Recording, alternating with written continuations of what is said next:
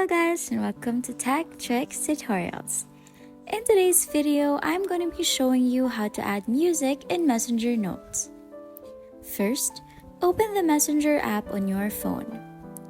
Here, tap on the Share Thought button and you will notice that there is no button that says Add Music unlike in Instagram. This is because the Messenger app has not added this feature in their application yet.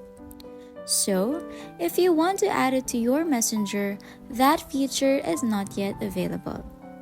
You can only do so by adding music to your Instagram notes instead. And that's it. There may not be a direct way yet, but in a few more months, I'm pretty sure that Messenger will have this feature. I hope you found this tutorial helpful. If you did, please don't forget to like, share, and subscribe for more tech tricks and tutorials. Thanks for watching, and I'll see you in the next one. Bye!